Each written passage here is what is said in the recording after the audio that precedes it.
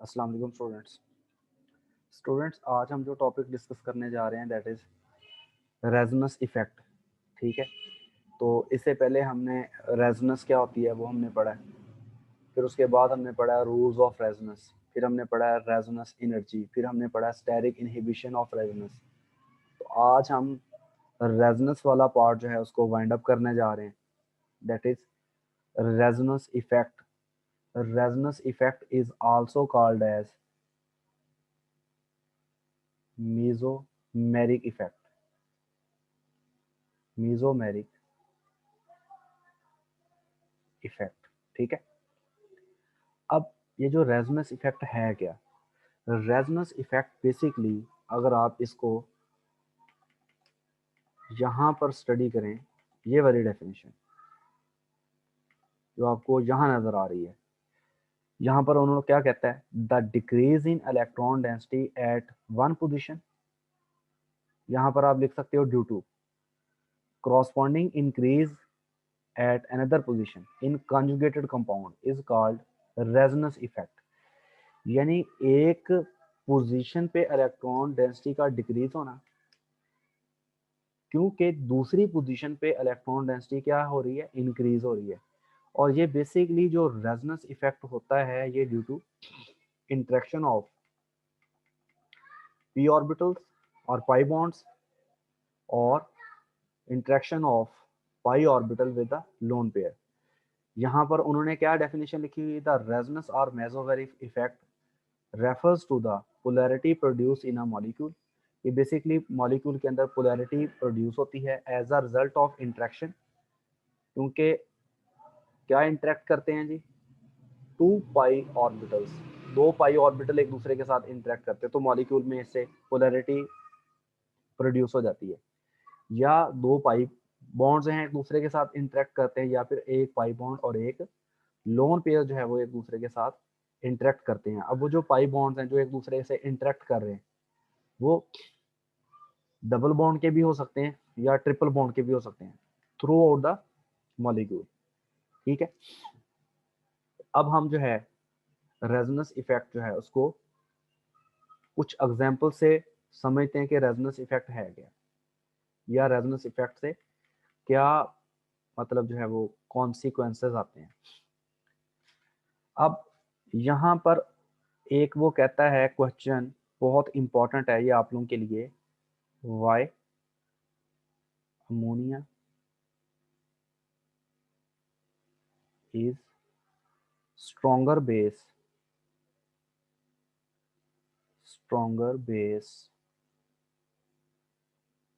as compared to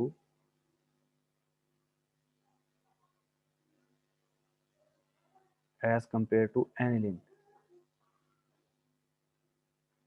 वो कहता है कि अमोनिया जो है वो स्ट्रॉन्ग बेस है एनिलिन के कंपैरिजन में। अब सबसे पहले हमें पता होना चाहिए बेस क्या होती है। बेस वो स्पीशी होती है जो इलेक्ट्रॉन, जिसके पास इलेक्ट्रॉन पेयर हो, लोन पेयर ऑफ इलेक्ट्रॉन हो, और वो इस लोन पेयर ऑफ इलेक्ट्रॉन से प्रोटॉन कैप्चर कर सके। जैसे आप लोग जानते हैं अमोनिया में नाइट्रोजन पे लोन पेयर है और ये अपने इस लोन पेयर के जरिए प्रोटॉन कैप्चर कर सकती है। और अमोनिया जब प्रोटॉन कैप्चर करती है तो किस में कन्वर्ट हो जाती है, अमोनियम आयन में। इसी तरह बेटे जो एनिलीन है ना, यहाँ पर भी बेंजीन रिंग के साथ जो है NH2 ग्रुप लगा हुआ है और नाइट्रोजन पे जो लोन पेयर है वो प्रोटॉन को कैप्चर कर सकता है। इससे बनता है एनिलीनियम आयन। अमोनिया जब प्रोटॉन कैप्चर करती है तो बनता है अमोनियम आयन, और एनिलीन जो है जब प्रोटॉन कैप्चर करती है तो बनता है एनिलीनियम आयन। यानी अमोनिया भी बेस है और जो एनिलीन है ये भी बेस है, क्योंकि ये प्रोटॉन कैप्चर करती है। जो चीज़ प्रोटॉन को डोनेट करती है वो एसिड होती है, जो चीज़ प्रोटॉन को कैप्चर करती है या एक्सेप्ट करती है उसे हम बेस कहते हैं। अब किसी चीज़ की बेसिक करेक्टर किस पे डिपेंड करता है, उसके ऊपर इलेक्ट्रॉन अवेलेबिलिटी पे, लोन पेयर ऑफ इलेक्ट्रॉन की अवेलेबिलिटी पे। जितने लोन पेयर ऑफ इलेक्ट्रॉन की अवेलेबिलिटी हाई होगी उतना वो स्ट्रॉन्ग बेस होगा, जितनी लोन पेयर ऑफ इलेक्ट्रॉन की अवेलेबिलिटी लो होगी उतना वो वीक बेस होगा। अब वो कहता है कि अमोनिया जो है वो स्ट्रॉन्ग बेस है एनिलीन जो है वो वीक बेस है, क्योंकि अमोनिया में नाइट्रोजन का ऊपर जो लोन पेयर है ये रेजोनेंस में नहीं है। नाइट्रोजन का lone pair as it is nitrogen पे रहता है और यहाँ पर इलेक्ट्रॉन डेंसिटी जो है वो हाई रहती है, और ये जो लोन पेयर है ये प्रोटॉन को इजिली कैप्चर करके अमोनियम आयन में कन्वर्ट हो जाता है। लेकिन वो यहाँ पर कहता है कि ये जो एनिलीन है ना, इसमें नाइट्रोजन का जो लोन पेयर है ये रिंग के साथ रेजोनेंस में होता है। अब हम यहाँ पर एनिलीन के डिफरेंट रेजोनेंस स्ट्रक्चर ड्रॉ करते हैं।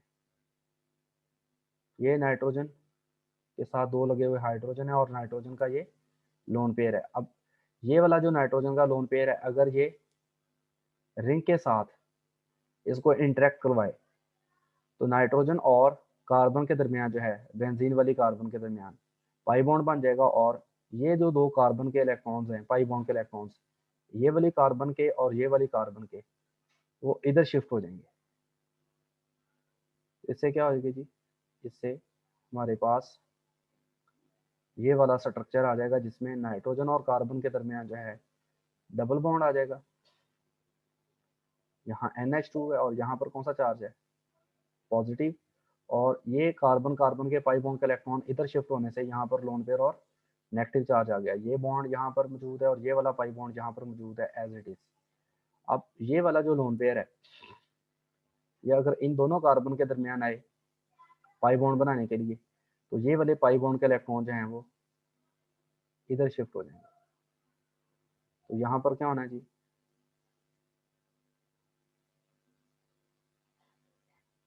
यहाँ पर कार्बन और नाइट्रोजन के दरमियान जो है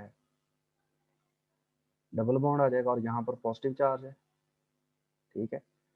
यहाँ पर पाई बॉन्ड आ गया और ये वाले पाई बॉन्ड के इलेक्ट्रॉन इधर शिफ्ट हो गए, और ये वाला पाई बॉन्ड यहाँ पर है, यहाँ नेगेटिव चार्ज भी। अब ये वाले लोन पेयर के इलेक्ट्रॉन जो हैं जब इन दोनों कार्बन के दरमियान पाई बॉन्ड बनाने के लिए इधर आएंगे तो ये वाले पाई बॉन्ड के इलेक्ट्रॉन इस कार्बन पे शिफ्ट हो जाएंगे, इस वाली कार्बन पे।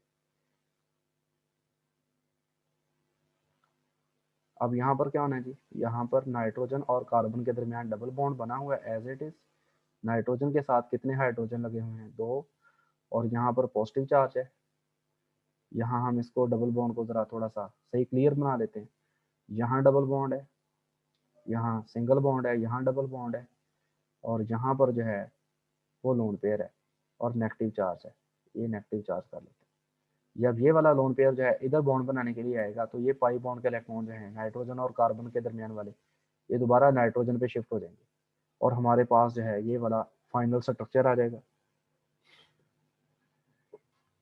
तो आप इसको यहाँ पर ऐसे लिख सकते हैं जी,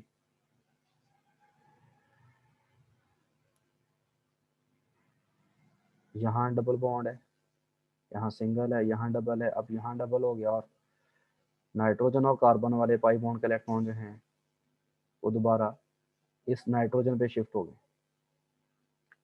अब क्योंकि नाइट्रोजन का जो लोन पेयर है, नाइट्रोजन का लोन पेयर क्योंकि ये रिंग के साथ डीलोकलाइज है, एक मिनट, ये नाइट्रोजन का लोन पेयर जो है क्योंकि रिंग के साथ डीलोकलाइज है, ठीक है, तो ये बेसिकली नाइट्रोजन के ऊपर इलेक्ट्रॉन अवेलेबिलिटी को डिक्रीज कर रहा है। जब नाइट्रोजन के ऊपर इलेक्ट्रॉन अवेलेबिलिटी डिक्रीज होगी तो इस लोन पेयर की प्रोटॉन को कैप्चर करने की एबिलिटी जो है वो डिक्रीज हो जाएगी। तो इसका मतलब ये है कि ये हमारे पास जो है वीक बेस होगा। लेकिन अगर हम अमोनिया को देखें, अमोनिया में नाइट्रोजन का जो लोन पेयर है वो किसी एटम के साथ डीलोकलाइज नहीं है। जब वो किसी एटम के साथ डीलोकलाइज नहीं है तो अमोनिया जो है ये प्रोटॉन को बड़ी जल्दी कैप्चर कर सकती है। तो इसका मतलब ये है कि ये हमारे पास स्ट्रॉन्ग बेस है। और एनिलीन जो है क्योंकि यहाँ पर नाइट्रोजन का जो लोन पेयर है रिंग के साथ डीलोकलाइज है, तो नाइट्रोजन का लोन पेयर लिंक के साथ डीलोकलाइज होने की वजह से यहाँ पर इलेक्ट्रॉन अवेलेबिलिटी क्या हो गई है, डिक्रीज हो गई है। तो इसलिए ये हमारे पास जो है वीक बेस है। जब नाइट्रोजन के ऊपर इलेक्ट्रॉन अवेलेबिलिटी डिक्रीज होगी तो इसकी प्रोटॉन को कैप्चर करने की एबिलिटी भी डिक्रीज हो जाएगी। अब कोई क्वेश्चन पूछे, पहले किसी ने हाथ खड़ा किया हुआ था, तो अब वो कोई क्वेश्चन पूछने इसमें कि अमोनिया जो है वो वीक बेस, अमोनिया जो है वो स्ट्रॉन्ग बेस और एनिलीन जो है वो वीक बेस क्यों है। आपका अगर ये क्वेश्चन है कि सर नेट के सिग्नल वीक हैं, आपकी आवाज़ कट रही है, तो ये काइंडली आप जो है वो हमें ना बताएं। कोई प्रॉपर क्वेश्चन है वो बताएं जिसका सोल्यूशन भी हो। अब मेरी ये वाली जो रिकॉर्डिंग है वो यूट्यूब पे भी मैंने इसलिए डालनी है ताकि आप लोग जो है अगर किसी को कोई पॉइंट किसी का मिस हो गया, किसी ने लेट क्लास ज्वाइन की है, वो अपना पॉइंट क्लियर कर ले। अक्सर यही बात होती है कि जी सर हमने लेट ज्वाइन किया, प्लीज़ रिपीट कर दें। अब इसमें मेरा तो मसला नहीं है, मैंने क्लास पढ़ानी है, मैंने कौन सा भी आप लोगों को इधर रिपीट करवाने बैठा हूँ मैं, ये रिपीट ही करना है। रिपीट तब होता है जब आप लोगों को लेक्चर के दौरान आवाज़ भी सही आ रही हो, हर चीज़ सही हो, तो आप लोगों को समझ ना प्रॉपर आए। तो स्टूडेंट्स अब हम अपना ये देखते हैं कि ये रेजोनेंस मैंने आपको बताया क्या होती है कि एक पोजीशन पे इलेक्ट्रॉन डेंसिटी का डिक्रीज होना, क्योंकि दूसरी पोजीशन पे इलेक्ट्रॉन डेंसिटी इंक्रीज हो रही होती है। किसमें? इन कॉन्जुगेटेड सिस्टम, इन कॉन्जुगेटेड कंपाउंड। तो इसको हम रेजोनेंस इफेक्ट कहते हैं। ठीक है, जैसे हमने एनिलीन में देखा कि नाइट्रोजन पे इलेक्ट्रॉन अवेलेबिलिटी डिक्रीज हो रही थी क्योंकि जो बेंजीन रिंग थी वहां पर इलेक्ट्रॉन अवेलेबिलिटी इंक्रीज हो रही थी। ठीक है, तो अगर एक पोजीशन पे इलेक्ट्रॉन अवेलेबिलिटी डिक्रीज हो क्योंकि दूसरी पोजीशन पे इलेक्ट्रॉन अवेलेबिलिटी क्या हो रही है? इंक्रीज हो रही है। किसके इंटरेक्शन की वजह से? दो पाई बॉन्ड के इंटरेक्शन की वजह से या लोन पेयर और पाई बॉन्ड के इंटरेक्शन की वजह से। तो इसको हम रेजोनेंस इफेक्ट कहते हैं। अब यहाँ पर दो तरह के ग्रुप्स होते हैं, एक ग्रुप होते हैं इलेक्ट्रॉन डोनेटिंग ग्रुप्स और एक होते हैं इलेक्ट्रॉन विथड्रॉइंग ग्रुप्स। तो जो इलेक्ट्रॉन डोनेटिंग ग्रुप्स होते हैं उनका हम कहते हैं कि जो रेजोनेंस इफेक्ट या मिजोमेरिक इफेक्ट है वो एम पॉजिटिव है, और जो इलेक्ट्रॉन विथड्रॉइंग ग्रुप्स होते हैं उनका जो मिजोमेरिक इफेक्ट होता है वो एम नेगेटिव होता है। अब कौन से ग्रुप जो हैं वो इलेक्ट्रॉन डोनेटिंग हैं और कौन से ग्रुप जो हैं वो इलेक्ट्रॉन विथड्रॉइंग हैं? बेसिकली अगर किसी एटम के साथ एटम पे लोन पेयर ऑफ इलेक्ट्रॉन हो, ठीक है, किसी एटम पे लोन पेयर ऑफ इलेक्ट्रॉन हो तो वो मोस्टली क्या होता है? इलेक्ट्रॉन डोनेटिंग ग्रुप होता है, क्योंकि वो अपना लोन पेयर जो है वो दूसरे को डोनेट कर देता है।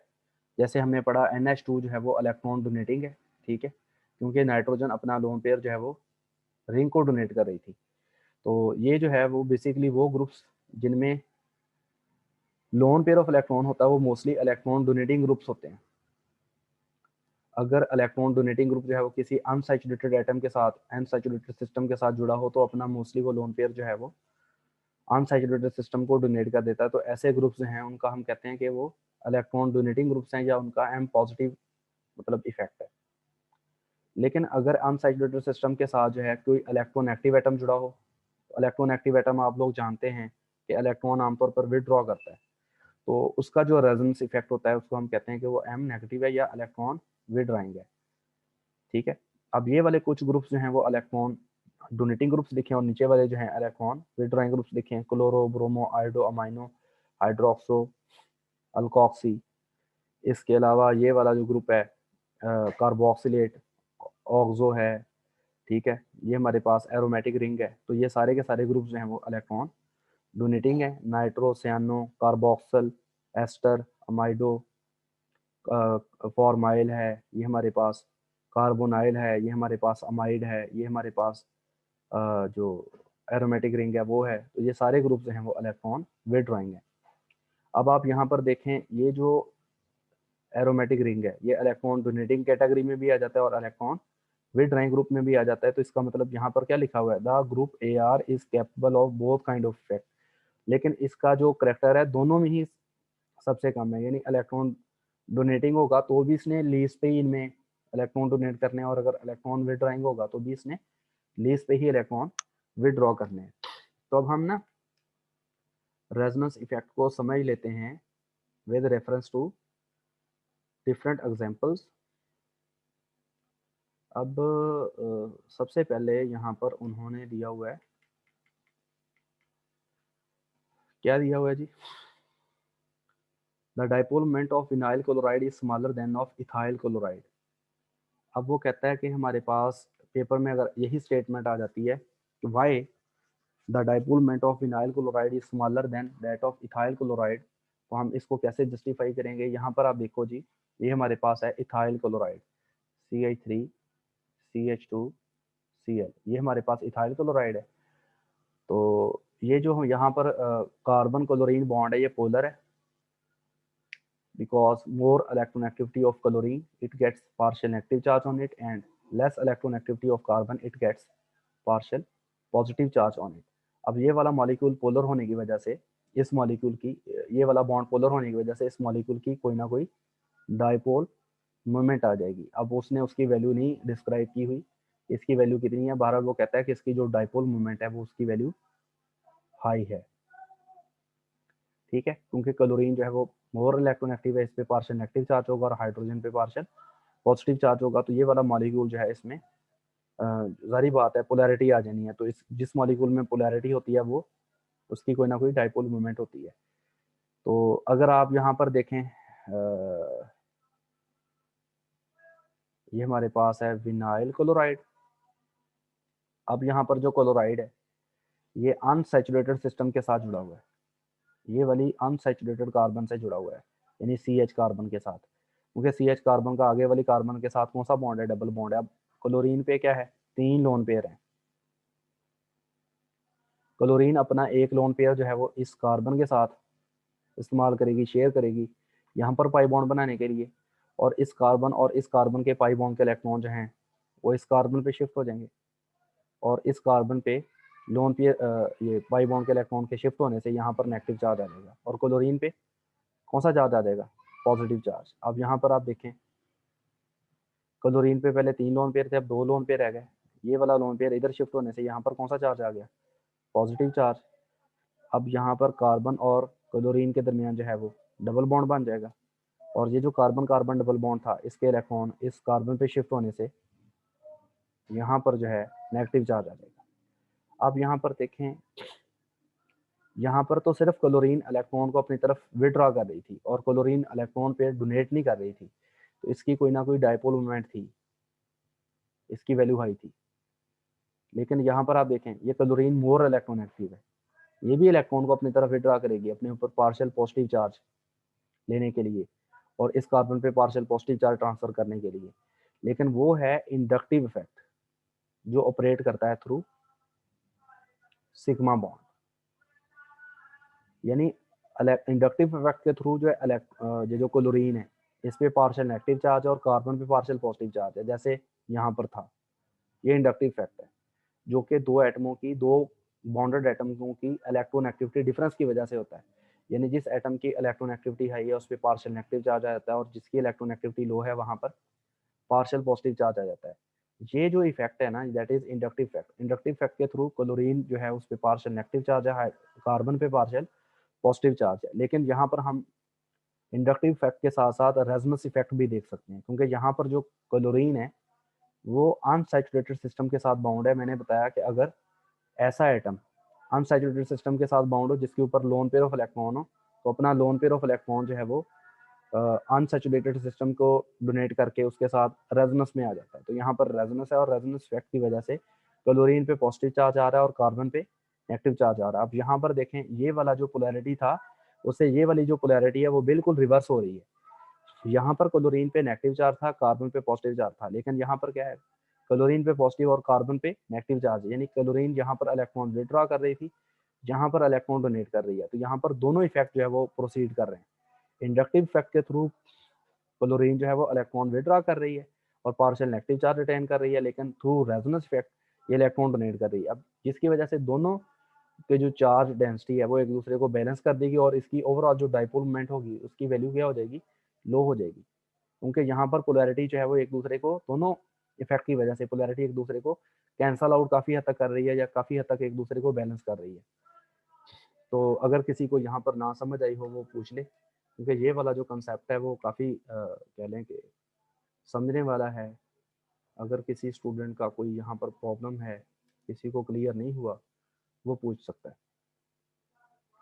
लेकिन फिर वही बात है कि अगर आप लोगों को नेट के प्रॉब्लम की वजह से पूछना है तो फिर रहने दें पूछने को, वरना फिर आप एज इट इज़ जो है वो चलने दें आगे। ठीक है जी। अब हम अगले इफेक्ट पे आते हैं, अपने अगली एग्जांपल पे। तो यहाँ पर जो है अगली एग्जांपल में उन्होंने क्या कहा हुआ है जी,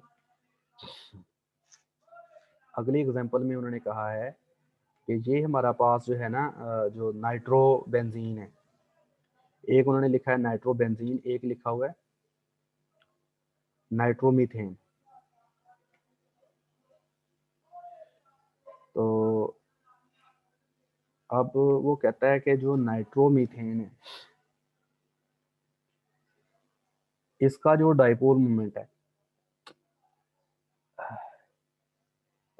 यहाँ पर आप देखो जी, क्या लिखा हुआ उन्होंने, नाइट्रोबेंजीन का जो डाइपोल मोमेंट है वो 3.95 है। इसका डाइपोल मोमेंट जो है नाइट्रोबेंजीन का 3.95 डिबाई है, ठीक है। और नाइट्रोमीथेन का डाइपोल मोमेंट कितना दिया हुआ है, 3.50 डिबाई। यानी ये वाला जो है हमारे पास कम पोलर है और ये वाला कंपाउंड जो है वो ज़्यादा पोलर है। अब उन्होंने ये भी पूछ सकता है कि why nitrobenzene is more polar और more having more dipole moment as compare to nitromethane. तो इसकी बेटा यहाँ पर आप देख सकते हैं कि अगर हम नाइट्रोबेंजीन में देखें तो ये हमारे पास बेंजीन रिंग है और बेंजीन रिंग पे यहाँ पर कौन सा ग्रुप लगा हुआ है, नाइट्रो ग्रुप। ये नाइट्रो ग्रुप है। ऑक्सीजन पे कौन सा चार्ज है, नेगेटिव, और यहाँ पर नाइट्रोजन पे क्या है, पॉजिटिव चार्ज है। और यहाँ पर ये हमारे पास है। अब ये जो नाइट्रो ग्रुप है ना, ये बेंजीन रिंग से इलेक्ट्रॉन अपनी तरफ विड्रॉ कर सकता है, क्योंकि हमने पढ़ा है नाइट्रो ग्रुप जो है वो इलेक्ट्रॉन विड्रॉइंग ग्रुप है, ठीक है। अगर मोर इलेक्ट्रोनेगेटिव एटम जो है वो अनसैचुरेटेड सिस्टम के साथ जुड़ा हो, वो इलेक्ट्रॉन विड्रॉइंग होता है। ये बेंजीन के ये वाले पाई बॉन्ड का इलेक्ट्रॉन जो है इधर विड्रॉ कर लेगा। तो ये वाले पाई बॉन्ड के इलेक्ट्रॉन जो है ये नाइट्रोजन और कार्बन के दरमियान पाई बॉन्ड बनाने के लिए इंटरेक्ट करेंगे, और ये वाला जो है ऑक्सीजन का जो लोन पेयर है, ऑक्सीजन के पाई बॉन्ड का इलेक्ट्रॉन, वो as a lone pair oxygen पे शिफ्ट हो जाएंगे। अब यहाँ पर आप देख सकते हैं कि यहाँ पर नाइट्रोजन और कार्बन के दरमियान जो है डबल बॉन्ड बन जाएगा। नाइट्रोजन की साथ जो लगी हुई ऑक्सीजन है, इसका पाई बॉन्ड टूट के इसके इलेक्ट्रॉन ऑक्सीजन पे शिफ्ट हो जाएंगे। यहाँ पर लोन पेयर और नेगेटिव चार्ज आ जाएगा, और ये वाली जो ऑक्सीजन है इसके ऊपर भी नेगेटिव चार्ज है। इस नाइट्रोजन पे कौन सा चार्ज है, पॉजिटिव है। अब क्योंकि यहाँ से इलेक्ट्रॉन इधर जा रहे हैं, तो इसलिए इस वाली कार्बन पे भी कौन सा चार्ज आ जाना है, पॉजिटिव। ये वाला pi bond as it is है, ये वाला pi bond as it is है। अब ये जो कार्बन है अपने ऊपर पॉजिटिव चार्ज बियर नहीं करेगी, ये वाले पाई बॉन्ड के इलेक्ट्रॉन को अपनी तरफ विड्रॉ कर लेगी, जिसकी वजह से इस कार्बन पे पॉजिटिव चार्ज शिफ्ट हो जाएगा।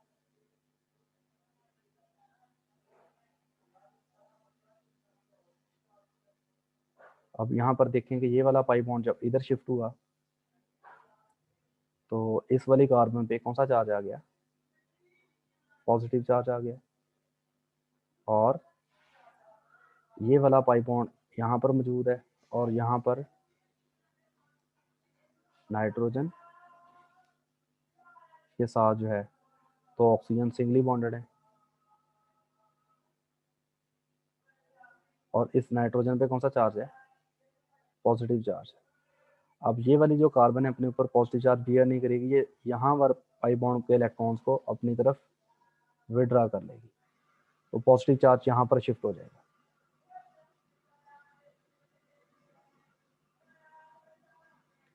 तो ये वाले पाई बॉन्ड के इधर शिफ्ट होने से यहाँ पर पाई बॉन्ड आ जाएगा और पॉजिटिव चार्ज यहाँ पर शिफ्ट हो जाएगा। और नाइट्रोजन के साथ कार्बन जो है डबल बॉन्डेड है, और नाइट्रोजन के साथ ये वाली ऑक्सीजन पे भी लोन पेयर है और नेगेटिव चार्ज है, ये वाली ऑक्सीजन पे भी लोन पेयर और नेगेटिव चार्ज है। इस नाइट्रोजन पे कौन सा चार्ज है, पॉजिटिव चार्ज है, और यहाँ पर पाई बॉन्ड है। अब आखिरी स्टेप में क्या होगा, ये वाला जो ऑक्सीजन का लोन पेयर है ये इधर कार्बन नाइट्रोजन के साथ पाई बॉन्ड बनाने के लिए इंटरेक्ट करेगा, और ये वाले नाइट्रोजन और कार्बन के पाई बॉन्ड के इलेक्ट्रॉन जो हैं ये इधर रिंग में दोबारा वापस आ जाएंगे। तो इससे हमारे पास जो है ये वाला स्ट्रक्चर आ जाएगा। यहाँ पर पाई बॉन्ड, यहाँ सिंगल बॉन्ड, यहाँ पर पाई बॉन्ड, यहाँ सिंगल, यहाँ डबल, और यहाँ पर जो है नाइट्रोजन और कार्बन के दरमियान दोबारा सिंगल बॉन्ड आ गया।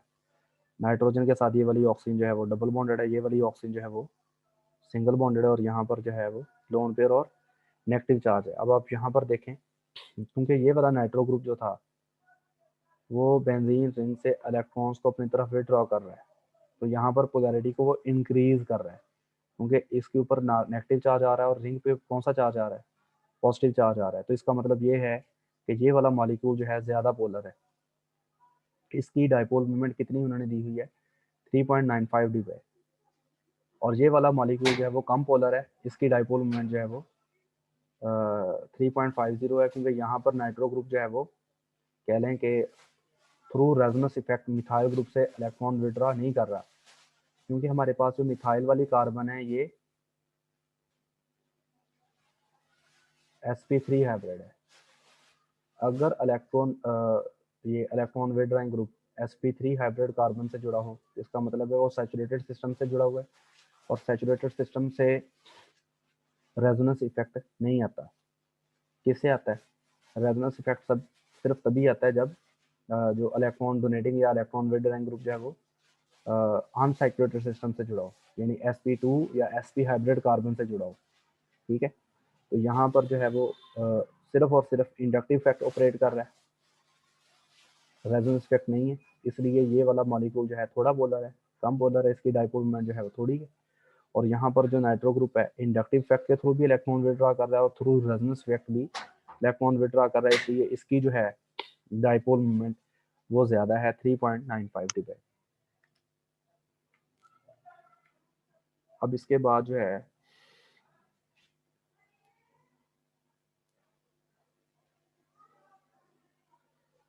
हमारे पास लास्ट एग्जांपल है इंडक्टिव इफेक्ट की।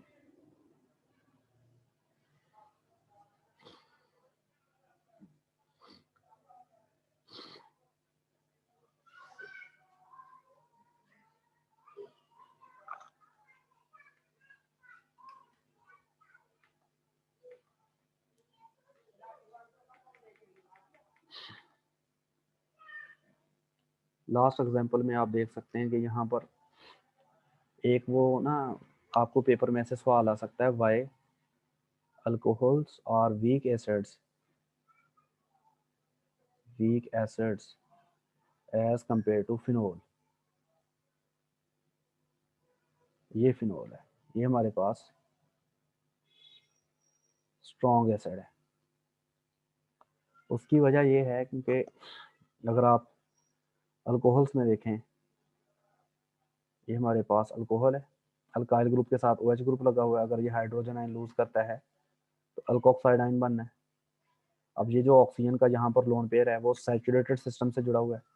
ये हमारे पास जो ऑक्सीजन है ये लोन पेयर अपना किसी और ग्रुप के साथ रेजोनेट नहीं कर सकती, यहाँ पर रेजोनेंस नहीं है।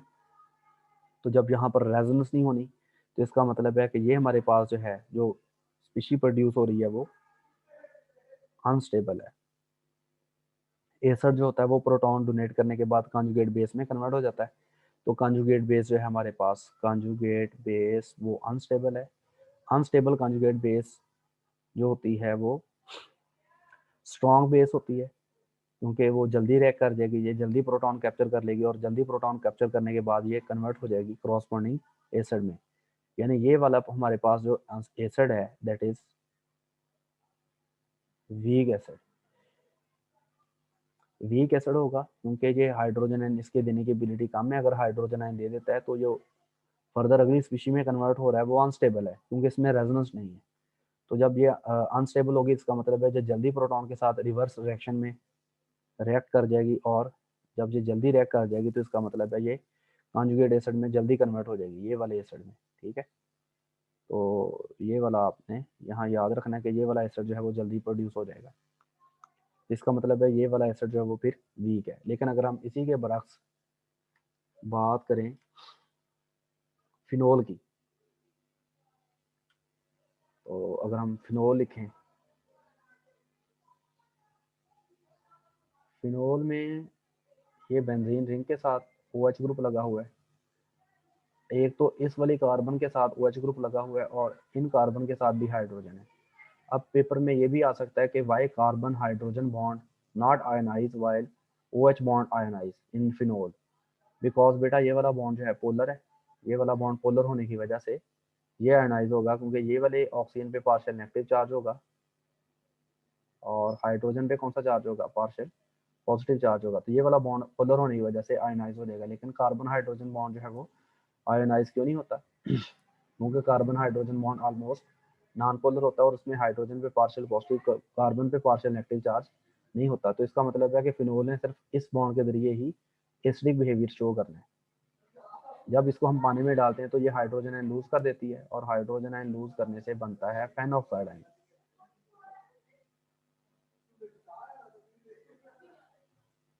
अब ये हमारे पास है फेनॉक्साइड आयन।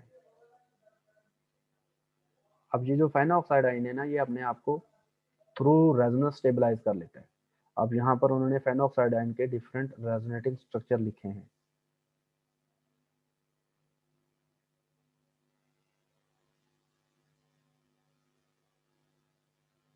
ये हमारे पास फेनॉक्साइड आयन है।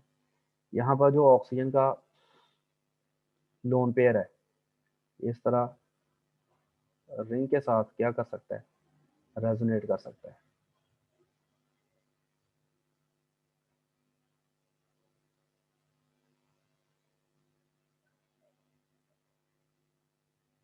तो यहाँ पर कार्बन और ऑक्सीजन के दरमियान कौन सा बॉन्ड आ जाएगा, डबल बॉन्ड। और ये वाले पाई बॉन्ड के इलेक्ट्रॉन इस कार्बन पे शिफ्ट होने से इस कार्बन पे लोन पेयर और नेगेटिव चार्ज आ जाएगा।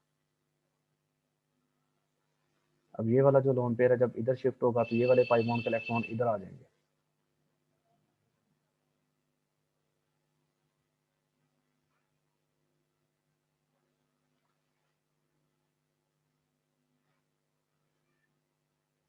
ये वाला लोन पेयर जब इधर आएगा यहाँ पर, तो ये वाले पाई बॉन्ड के इलेक्ट्रॉन इधर आ जाएंगे इस कार्बन पे, और इधर नेगेटिव चार्ज आ जाएगा। और यहाँ पर पाई बॉन्ड है, ये वाले लोन पेयर के इलेक्ट्रॉन जब इधर आएंगे तो ये वाले पाई बॉन्ड के इलेक्ट्रॉन इस कार्बन पे आ जाएंगे।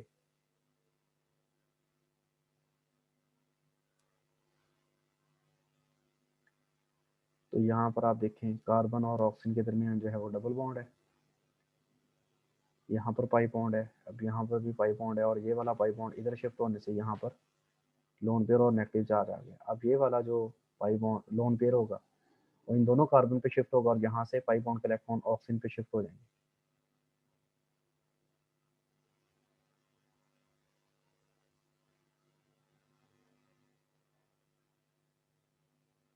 यहाँ पर लोन पेयर और नेगेटिव चार्ज आ गया, यहाँ पर पाई बॉन्ड बन गया।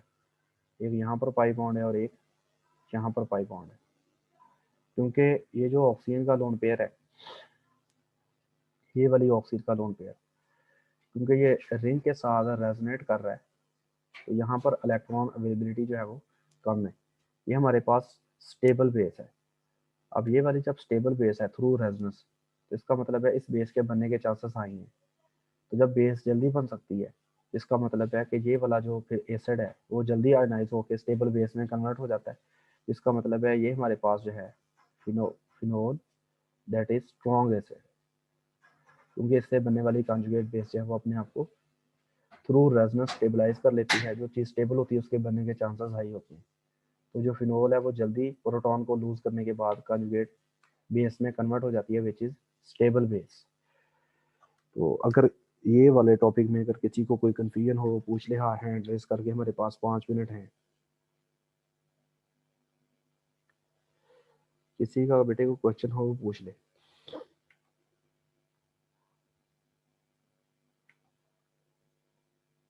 किसी का कोई क्वेश्चन तो नहीं, कोई भी नहीं पूछ रहा। ओके जी, थैंक यू वेरी मच।